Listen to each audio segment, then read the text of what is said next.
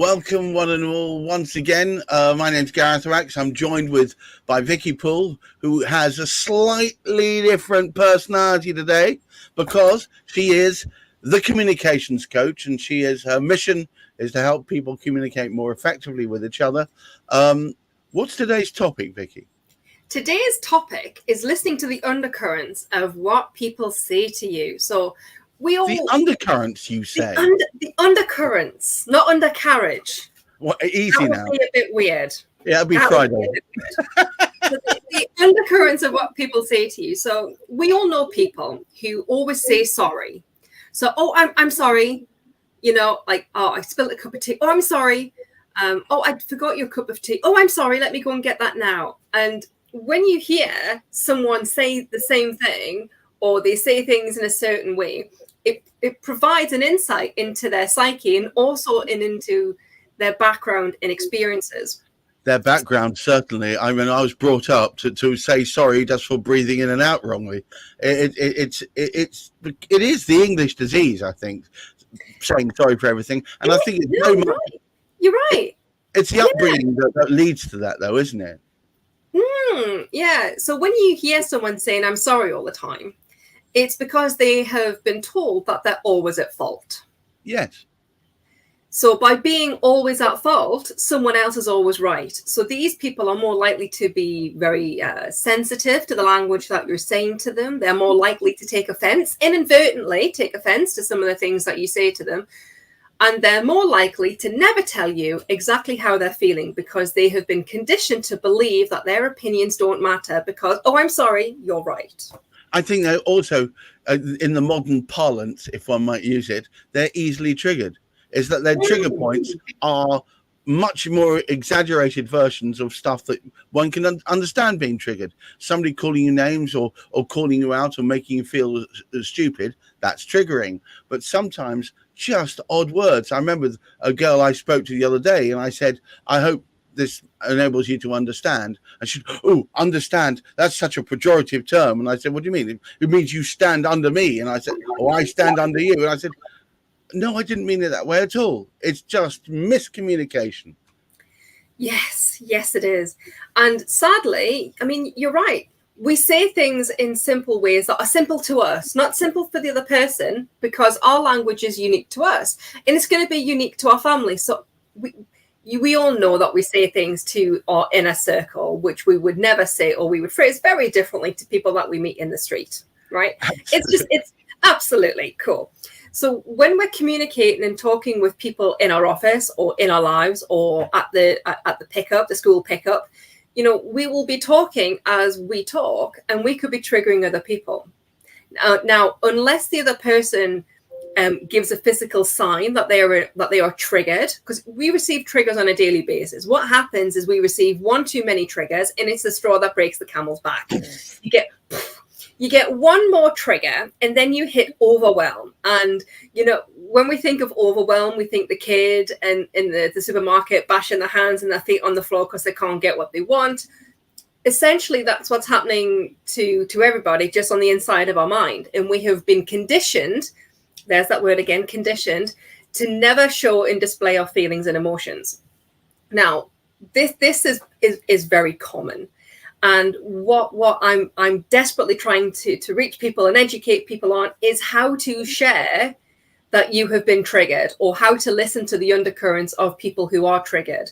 So when you hear people saying, I'm really sorry, I didn't mean that, or I'm sorry, blah, blah, blah, blah, blah, blah, blah, it's your opportunity to be able to help them to process that emotion, help process what's going on. So are you referring to subtext? Is that the thing you're talking about? It could be subtext. Again, it depends on the language that you use and what that means to you. So sorry, as a neurodivergent person, I struggle with subtext because to me it has so many similar, but some of them quite contradictory meanings of the same phrases. So you can get around the subtext by saying, like, going back to the person that you were sharing with about being understood, my intention was to do this.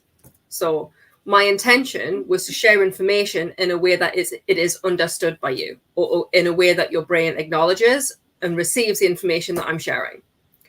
Oh, okay. And because you said my intention is, it's very beige. There's no emotion tied to it, you know. And as long as you are saying something in a way that is factually accurate, it's not you did this, or, you know, I've had to do this to help you out. It's factually accurate. My intention was to share information so that I could be understood.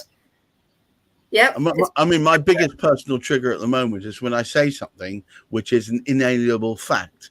Well, let's say I say the apple falls and therefore that demonstrates gravity, and someone might say, I'm pantomiming this, and someone might say, well, that's your opinion. No, that's not my opinion. That's an inalienable fact, and that's my biggest triggering thing. The people that this appears to be the thing that's I'm not getting political, but it seems to have been an occurrence out the last 10 years of lies and alternative facts and all the rest of it, is that stuff that would normally be, you know, 1 and 1 is definitely 2, and the people are then responding saying, no, 1 1 equals 2, but that's only an opinion, you know. Yeah, well, there's a few things there. So if it is your belief that the world is flat and you are being told facts that are pertinent to the world being round, then that is an opinion and a belief rather than a fact. Because I will believe that, because I believe the world is round and I believe the world is flat. So if you are sharing with me an opinion or a fact relating to the world being round, that will definitely be your opinion. It's a perspective issue. If it's the sky being blue, then you can see that is a fact. But you might have somebody arguing about the nuance and discussing the nuance of why the sky is blue and whether it's a reflection of the water or whether or not it's the color of the ozone when it reaches high capacity. Then that's a different conversation. Anyway, we're getting very scientific, Gareth. I wasn't aware that we were going to be doing this today. No, my whole point is about communication, and communication is beset by miscommunication. And what I mean by that is, as you say, and that expression, I think I'm going to take that with me, that my intention was X, Y, and Z, because that immediately sets it out in a way that you really can't argue with. Well, if that was your intention, that was your intention.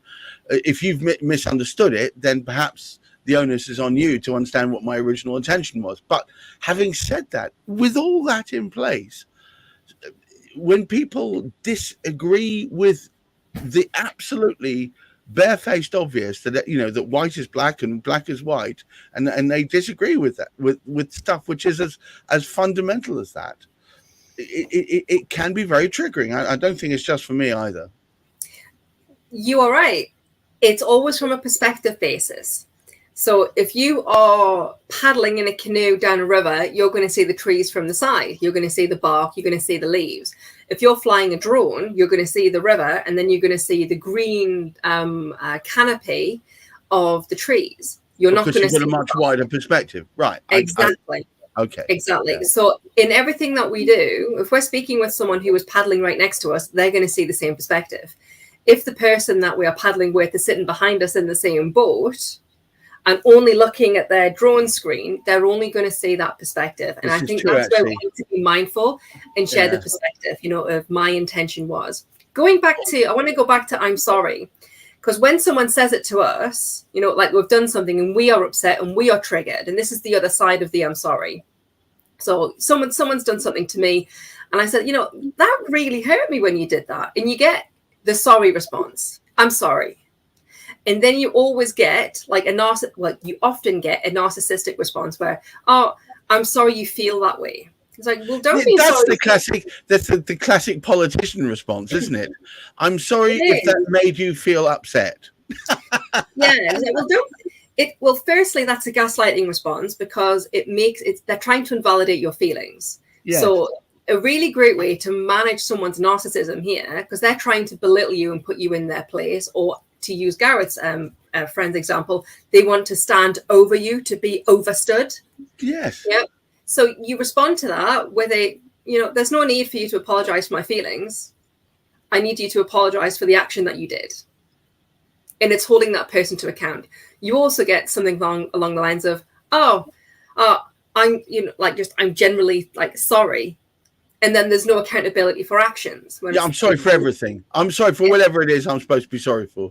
Yeah, and it's I don't need you to be sorry for the birds pooing on your car or the freshly steaming pile of dog shit that's in your front lawn. I don't need you to apologize for everything. What I need you to apologize for is your behavior on this action.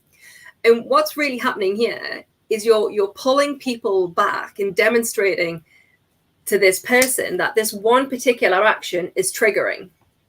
And when someone is held to account, they're more likely to be responsible for their own change. Now, I can't impact you and you can't impact me. If I choose to do something, it's of my own volition. It's what I choose to do. Quite so. Only when I am aware of my impact on you or other people, am I then adequately informed of how I need to change, should I wish to. Persons who choose not to respond or choose not to change, that's them, and there's nothing that anybody can do about that. If somebody is a reoccurring offender, let's just say, of stepping on toes, they may choose to change. And this is where personal growth comes in. This is where personal growth. Yeah, well, that's the thing. Here's the thing, right? They can choose to change. It makes it a complete choice. They don't feel compelled to. In fact, I've known people almost make it their mission to never ever apologize for anything they've done, and delight in the fact that it's thrown rocks in your path and caused you discomfort. They almost see it as their mission to do so, and we call them narcissists. I think they enjoy they live by Schadenfreude. You know, the idea of watching old women fall over into puddles. You know, they like seeing things fall apart for other people, and you know what, I think a lot of effective communication is choosing who you're going to try to communicate with. Yeah. Now, it's trying who to communicate with. And going back to your comment about narcissists and sadists have one thing in common. They were created. Children are born with the desire to be able to communicate verbally and non-verbally. The language that we give our children enables them and creates them and develops them into the adult that they will become. So when you see a narcissist, they were never born that way. They were created. And only by having the courage to demonstrate and share with them the impact, and it may be a continuous uphill slog, like trying to push water uphill, by sharing with them the impact that they have on your life, will they then change or choose to change or give other people the courage to do the same. And I'll give you an example of this. There was somebody with whom I worked with many, many moons ago who everybody moaned about. Everybody moaned about Vicky. Absolute miserable, what's it? And this person caught me in a bad mood one day, and I shared with them that their behavior on a particular function was inappropriate, or I found it to be inappropriate. They then went off and trashed me to a colleague who then said, well, actually, I can see her perspective. And then the next time this person crossed a line with me, she got the same rebuke. And then someone else said, well, actually, yeah, I agree with that as well. I can see her perspective. And then gradually over time, this person realized that it wasn't me taking offense with them. It was a behavior trait that they had that was upsetting swathes of people. And then I went on a journey to change, and she went on a journey to change, and together we both changed. We found a way of working together that was then beneficial. Right. And I want to draw everyone's attention to the fact that when you have the courage to kind of speak your piece and you're listening to the currents of things that are in people's language, there are some things that people say in such a way that they are very action orientated. You know, emotion is devoid. You know, they will be more open to and appreciative of a direct response. Understood. So these are the kinds of people that you can share with you can put them in the box regarding them saying, I'm sorry to you. And you can do it using the examples that I've listed today.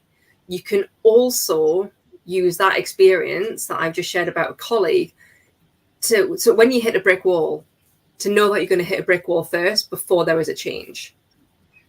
Everyone loves a Titanic example. When you first turn the wheel of the Titanic, the boat doesn't move. You have to turn the wheel several times, as in do several instances of the same activity before the boat shifts. So just because you try it once and it doesn't work, it doesn't mean it's never going to work. It will work eventually. Just keep trying. I've got a comment coming in from Maria Harvey. Hi. I'll put this one up. Maria says, so how do I know if the problem is them or me? Having autism, it's hard to understand. Maria, I'm autistic as well. So I suffer from this myself. It's hard to understand if I'm too OCD or non-flexible with my understanding, or if they've actually treated me with real disrespect. I've got a number of different things I do, which are my coping mechanisms. But what would you say, Vicky?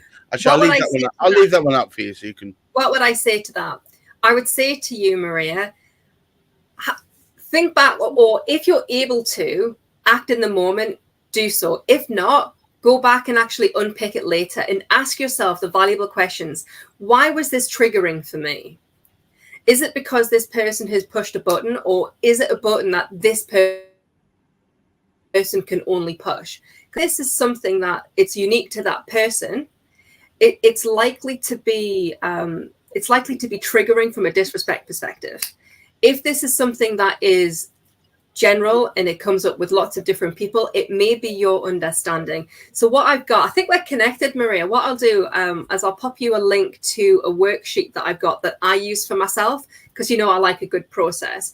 And whenever I'm triggered, I go down this process. Sometimes it's me, sometimes it's the dialogue with the other person, and sometimes it's situational. So things happen in an environment that only happen in that environment. And it allows me to rationalize what's happening and why, and also to plan a response should this happen again.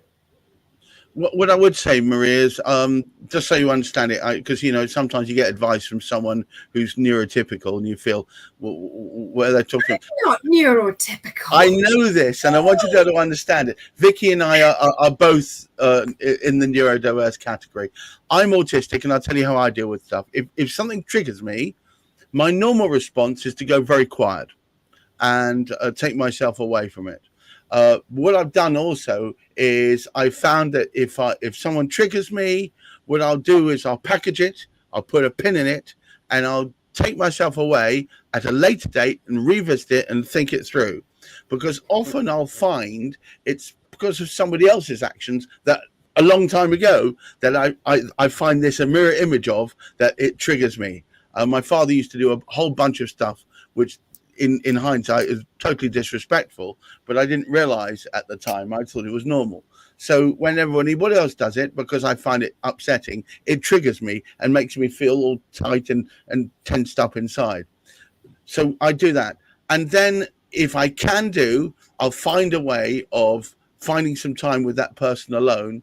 And if the topic comes up, I'll say, I did find what you said that day very triggering, but let me explain. I've dealt with it now, but I needed you to understand why. So if it happens again and I have a reaction, you'll understand what I'm going through. Now, if it is something they've said that it really is disrespectful or whatever, I think it's taken me a while to get there, but I now say to them, I find this attitude or this approach really upsetting. And I would ask if there was a different way you could phrase it, because I really don't find I can deal with that. So if you're willing to do that, then I would suggest you do that and leave it at that. But I never try and deal with things hot-headed in the moment. Otherwise, I end up saying things that aren't necessarily appropriate to the conversation and end up going in a direction you don't want. So I would say, specifically if you're autistic, try and compartmentalize it.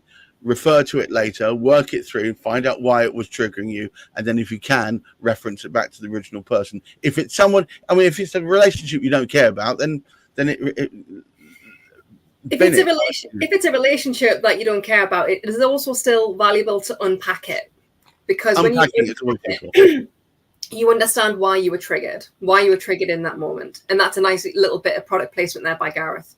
Sorry about that. And I would also encourage people that if they are still triggered to the same degree on the next time it comes up, then it hasn't been unpacked adequately. There's still more room to go. It's a bit like excavating. You've got to get far enough down in order to build the foundations.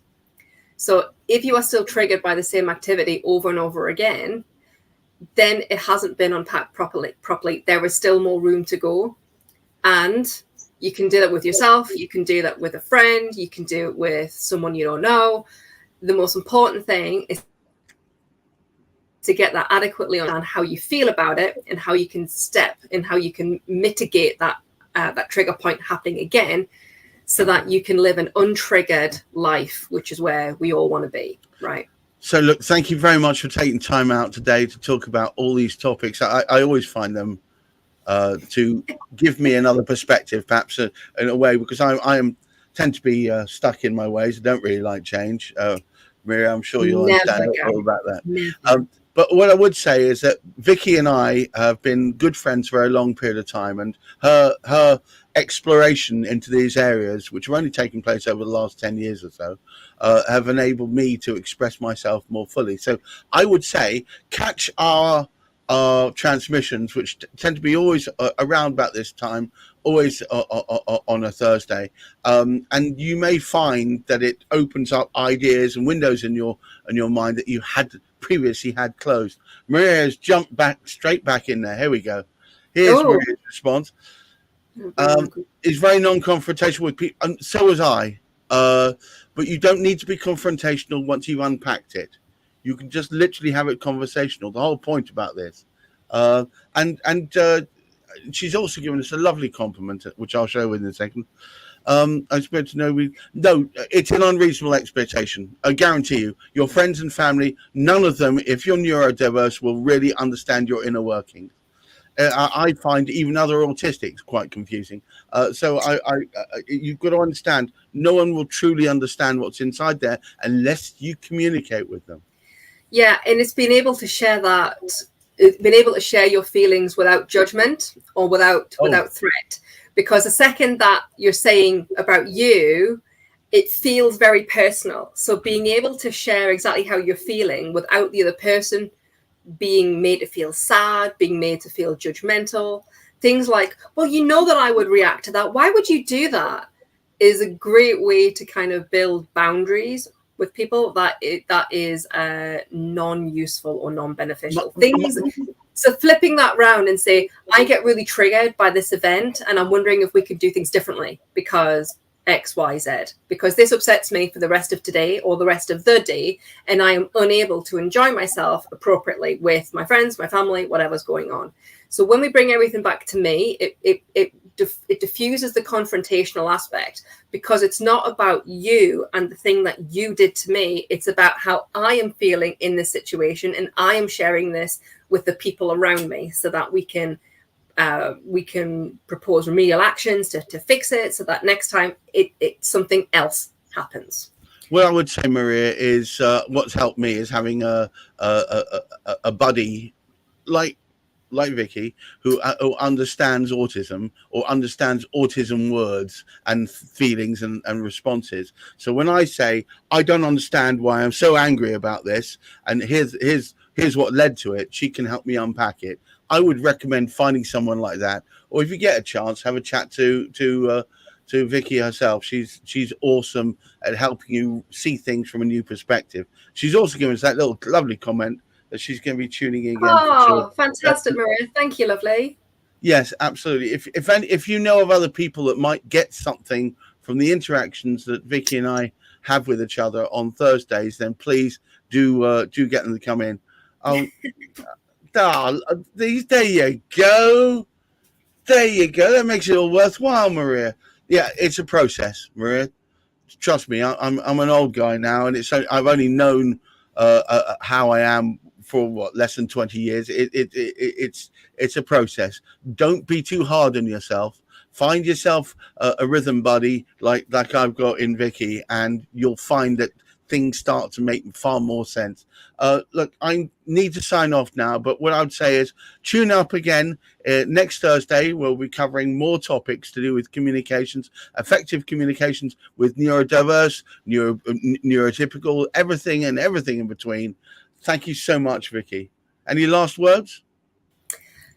Just start communicating with people. Share how you feel, and bring everything back to you when you're sharing it, and that'll give you the confidence to be able to do it. I feel like this. I feel X, and start talking today. There you go. Last words from Vicky. Thank you very much for everybody for joining in, and watch out for more next week.